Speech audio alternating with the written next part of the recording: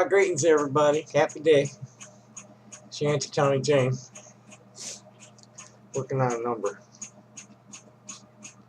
Oh, let's see it. And I have a dead lighter too with a crappy book of matches.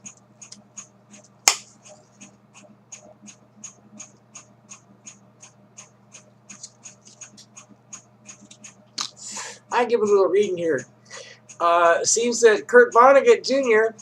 Has a new book out posthumously. If This Isn't Nice, What Is? By Kurt Vonnegutt, 2016. And it's a post from alternate.org, which is one of the older newsy sites.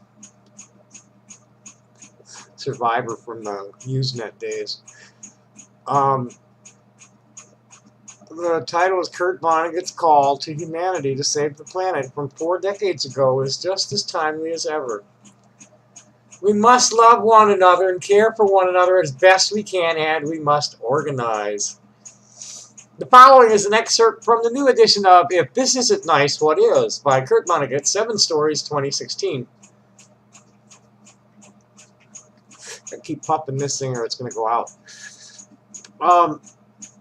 This was an address to the State University of New York at Albany, commencement May 20th, 1972, at the height of the fun.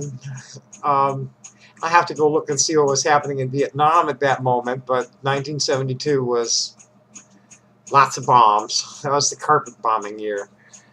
It is nice of you to have me here. I've been asked to make an announcement by the management. If anyone cheated in the process of getting a degree, now is the time to confess it and leave quietly. If you don't confess it now, you will be haunted by boogeymen for the rest of your lives and by a very angry Santa Claus.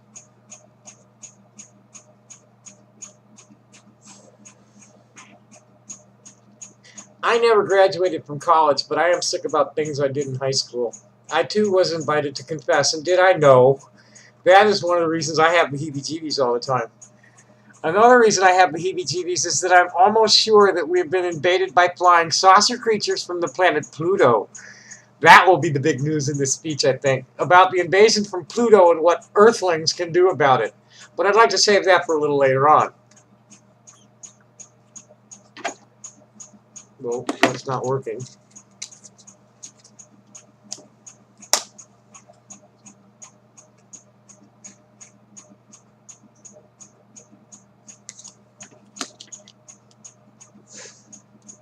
My brother works here. He used to work in a bloomer factory. It was a very good job. He was pulling down $25,000 a year. Well, that really isn't true. I just like that joke so much. Actually, my brother is a scientist and always has been, and an earthling too, as far as I know. He works in your Department of Atmospheric Science. You mustn't pick at him or blow him up. Dr. Bernard Vonnegutt is not in the war work. He's trying to find peacetime uses for thunder and lightning. I made sure he had tenure before I agreed to speak. Bernard and I used to work for General Electric over in Schenectady. I have worked for several large corporations in my life. This is the first time I've knowingly worked for Standard Oil. I'm an exemplar. I would not have been invited here if I were not exemplary. I'm in who's who. I'm costing about what a used 1968 Volkswagen would cost with a busted tape deck and good rubber all around. I'll show you today what Diogenes had such trouble finding. An honest man. I'm perhaps the second honest man ever to come to Albany. My brother was the first. He moved in from Delmar about 4 months ago. He can tell you the truth about the sciences, which are killing us all. I'll tell you the truth about the arts, which would like to drive us crazy. You may have been told at the great institution of higher learning that the arts are good for everybody, or at any rate have no harmful side effects. That isn't true. One of the principal uses of the arts in this and many other modern countries is to confuse the uneducated and the powerless and the poor. I'm talking about expensive arts now, tremendously official arts, and not the little tunes and poems and pictures and stories which downtrodden select or create for their own amusement. I'm talking about the arts which are supported by dictators and social climbers and multimillionaires. I've heard powerful men on both sides of the Iron Curtain. This was back in, still in Cold War days when the Soviet Union existed. I've been in their museums and concert halls. I've seen the common people attempting to appreciate the art treasures said to be worth hundreds of thousands of dollars or rubles or what have you.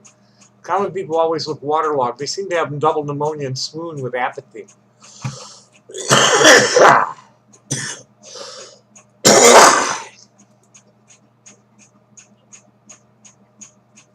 It's too hard to keep lit.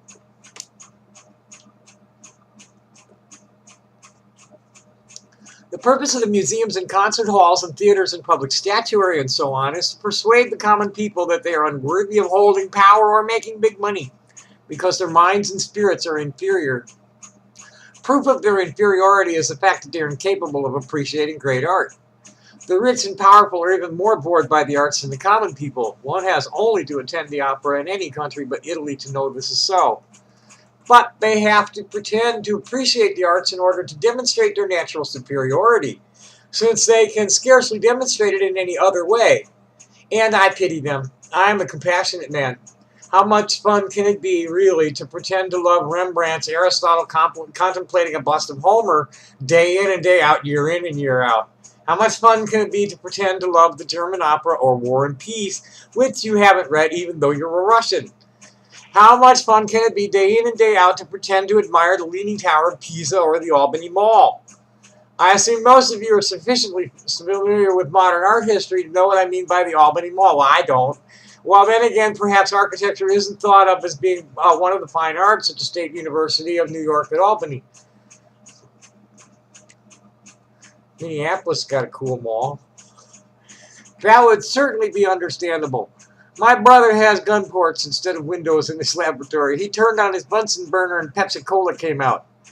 Be that as it may, I like the fine arts all right, but I doubt that they are any finer than a lot of other human games. And I deny most bitterly that persons claiming to love the fine arts are necessarily fine people. The Emperor Nero was a patron of the arts, so was Hermann Goering. So were so many of the American economic robber barons who cut the guts out of what was left of the American dream after the Civil War, like William Randolph Hearst. That was my line, not his. There is some small chance, I suppose, that some works of arts are closer to God or truth, or what have you, than some other things which men have made. I'm a Unitarian, so I wouldn't know. I have no handles on God or truth. I do know something about the American dream, since that is what brought my ancestors from Germany to Indiana so long ago.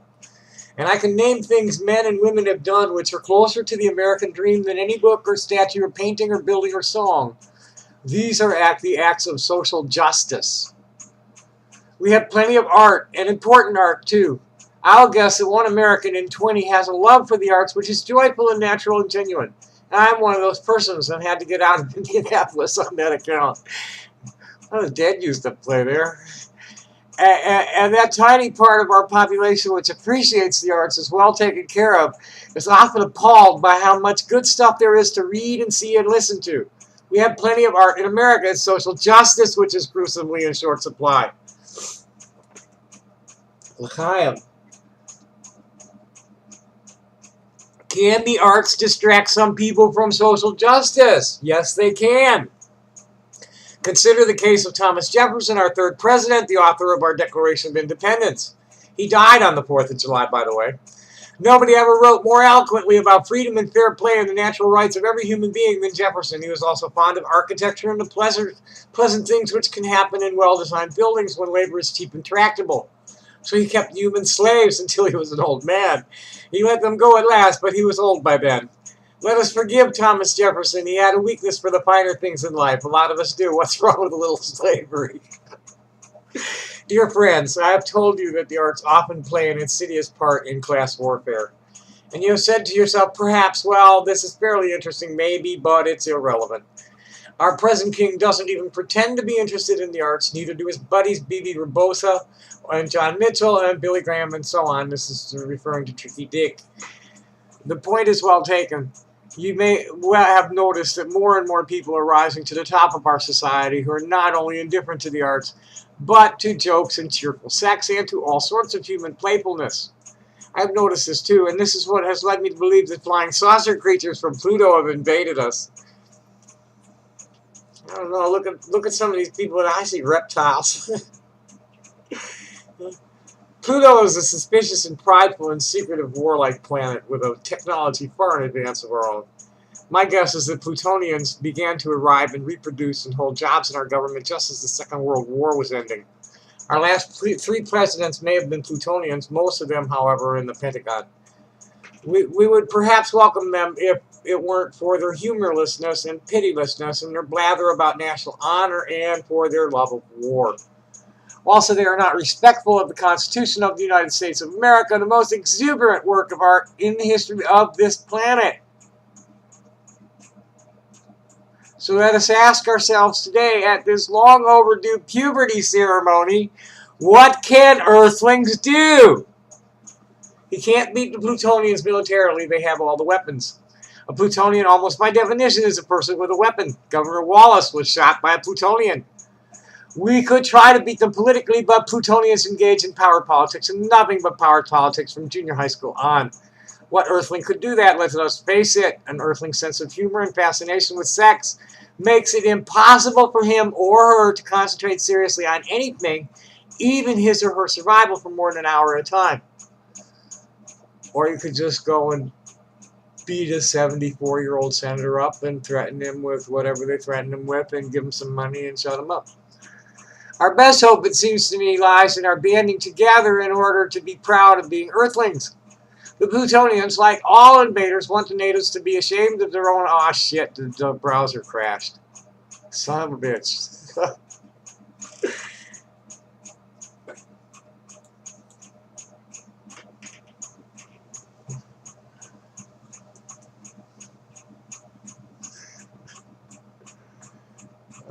Where was I?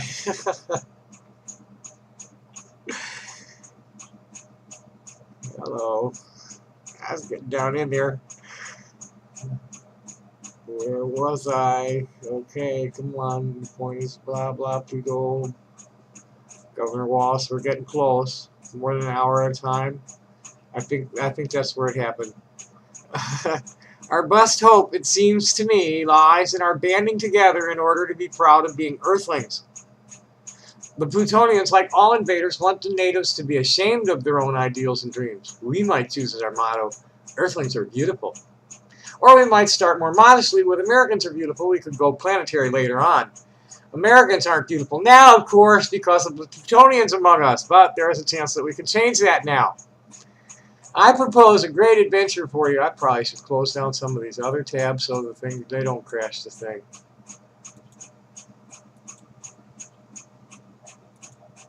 Okay. I don't have to worry about the machine trying to load those others. We've got some weather which will affect the connectivity of the satellite. Hello, where was it? I propose a great adventure to you. That is something every good graduation speaker is expected to do. When I graduated from high school, the speaker told us about the great adventures we could have in science, especially in plastics and polarized light. I wound up in the infantry instead. Almost everybody did. That was like late 30s. I propose a better adventure than polarized light, or the infantry, or plastics, or the arts, or the exploration of outer space, or the conquest of cancer, or athlete's foot. I think you should devote your lives to creating something which this planet has never had. The planet will die if it doesn't get it now. You must create an American people. There never has been one. You must create one now. We must create one now. It's a matter of life or death. Well, this was 1972, and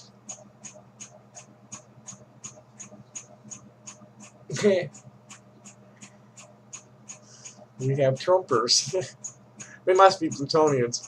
When I spoke of the Plutonians and Earthlings, I was, of course, alluding to the murderous half and the healing half of every American I've ever known. If I don't mention the good and evil in foreigners, that is because I don't know doodly poop about foreigners. I've seldom been far from home. Get a world traveler next time. One thing I have noticed, though, staying close to home, is that those who rule us nearly 200 years after the signing of the Declaration of Independence do not want an American people to be born. To them, Our hatred for one another, our unwillingness to touch one another, have been votes in the ballot box and money in the bank. I will tell you an embarrassing story about myself, about my own 100% American unwillingness to touch another human being, even a close relative. I adopted a boy when he was 14. He was my nephew. When he was 21, I congratulated him on being a man. He said to me, "Do you know you've never hugged me?" What a hell of a thing to say. Well, my parents never really did either. I didn't want him to think I was a homosexual. Well, that's probably why my parents didn't hug me. I don't know. At the very core of my American education was a dread of any gesture which might be interpreted by the football coach as being even vaguely homosexual.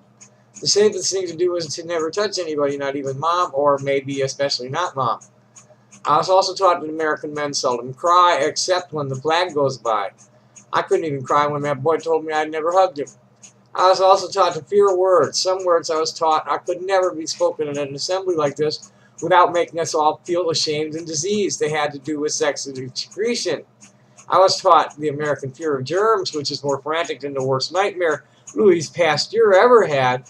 But the fear of germs was extended to strangers, too. My parents and my hygiene teacher told me, in effect, beware of strangers or anything touched by strangers, or you're liable to get syphilis or leprosy or the bubonic plague. I look back on all the tattoos that I was taught, that everybody was taught, and I see now that they were parts of a great swindle. Their purpose was to make Americans afraid to get close to one another, to organize. It was even taboo to discuss the American economic system and its bizarre method of disturbing wealth. I learned it at my mother's knee. God rest her soul. God rest her knee. She taught me never to say anything impolite about the neighborhood millionaire. She didn't even want me to wonder out loud how the hell he ever got to control that much wealth. We must learn to deal with one another more frankly and openly, even humorously. But more important than that, we must learn to touch. If we are to become a strong and decent people, we must become cousins now. Eccentric cousins maybe, but cousins all the same. Blood is thicker than water. Let us learn from the mafia. It is time, incidentally, that the white people in this country acknowledge that the so-called black people are actually blood relatives of theirs. This is easily proved. I think Jerry Schechter, they had a DNA. He's like this honky, total honky Fayetteville police guy, way right wing, all the way over there. But I think he discovered that he's part black. So he's got this whole rap with like, I'm ashamed of my brethren, when there's something, he wants to come down on the black community about something. So does anyone have the nerve? Oh no, but this is no time to marvel and cackle over family trees. This is a time for us to become excited about being members of the family of man. I sure am, seeing what's going on at Sacred Stone Camp, and seeing what the family's doing down in Louisiana, helping with the recovery. They got a really slamming kitchen going. Baruch Hashem.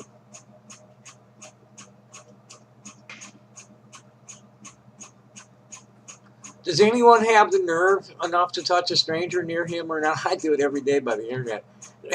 I'm loving it.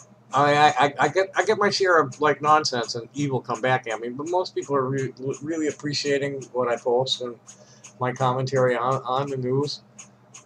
Even an old person like me. Ambulances are waiting outside. First aid stations have been set up in white nylon tents in case you need oxygen or want to wash your hands in Lysol. Which is, you got a pretty snapping thing set up there. Hats off to Navigator Bill Bates and Maureen Roseice for doing it. We must become a family in order to take care of one another the way families do. Oh, wait a minute, I skipped some. If an American people is to be born during the tragedy of the war in Vietnam, it is going to have to be a personal, visceral adventure. Well, it has been.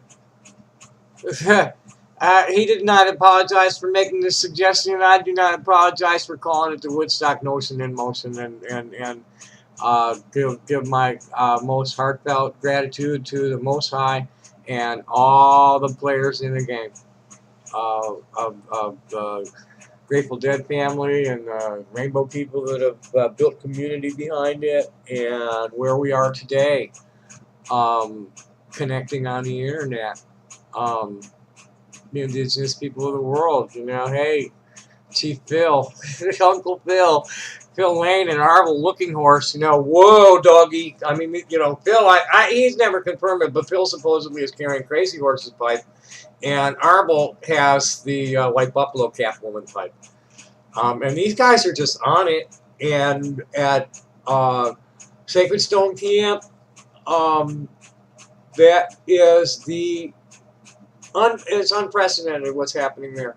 There's well over 100 nations that have gathered. There's never been anything like it since Little Bighorn, or since Big Bighorn. So anyway, we must become a family, well, we have. It's just a matter of working out a few little details and sorting the cousins from the really close kin from the ones that are like, hey. We must become a family in order to take care of one another the way families do. Now, nearly 200 years after the signing of the Declaration of Independence, written by a man who owned human slaves, I think we understand that our politicians and millionaires can do very little for us, except take our money. There are sound reasons for this, I'm sure. I mean to study economics someday. Me too. Meanwhile, we must love one another and care for one another as best we can, and we must organize. You are a new generation of adults, so that's me, isn't it? I was graduating high school that year, but I didn't because I had fucked off my freshman and sophomore year. So I didn't graduate until until January 1973. Where am I? If our government persists in being as wrong-headed as it is today, you must threaten it with the only effective weapon the Earthlings have against the Plutonians, which is a general strike. Suppose they gave a war and nobody came. I have tried to preach pacifism today. If I were the White House preacher, I would try to make a Quaker out of Richard M. Nixon. That's how crazy I am. Our history teaches us that we need not fear pacifism. It will not leave our nation defenseless. I was raised to be a pacifist, and so were most people my age. In the public schools in Indianapolis and in the public schools all over the land, people my age were instructed when young to jeer at the nations of Europe for maintaining enormous standing armies, for wasting their substance on weapons, and allowing generals and admirals to help decide what the nations would do next, where the energy and money and people would go. Well, add that to the pile of shit that about the military-industrial complex and what they're going to do to our society. I learned my contempt for the military at the same place I learned to fear germ-laden strangers and symptoms of homosexuality and so on in the public schools. Every cloud has a silver lining, as they say. Well, all those yellow-bellied pacifists produced by the American public school system in the 1930s became a harrowingly effective army in the early 40s when we got into a war which seemed just. And only seemed just. They put on a good show. As for preparing this country against an attack from an anti-missiles, by developing an anti-missile, I may be in the minority, but I think the American people should spend the money on hospitals and housing and schools and Ferris wheels instead. Thank you and good luck. Bridges would be nice. Well, I hope you enjoyed that. How long is this? That's 23 minutes. I probably should wrap up. What's there to say? This was a reading of the Kurt Vonnegutt speech with a little bit of my bullshit thrown in. I hope you liked it. Thanks for watching. Happy day. Bye.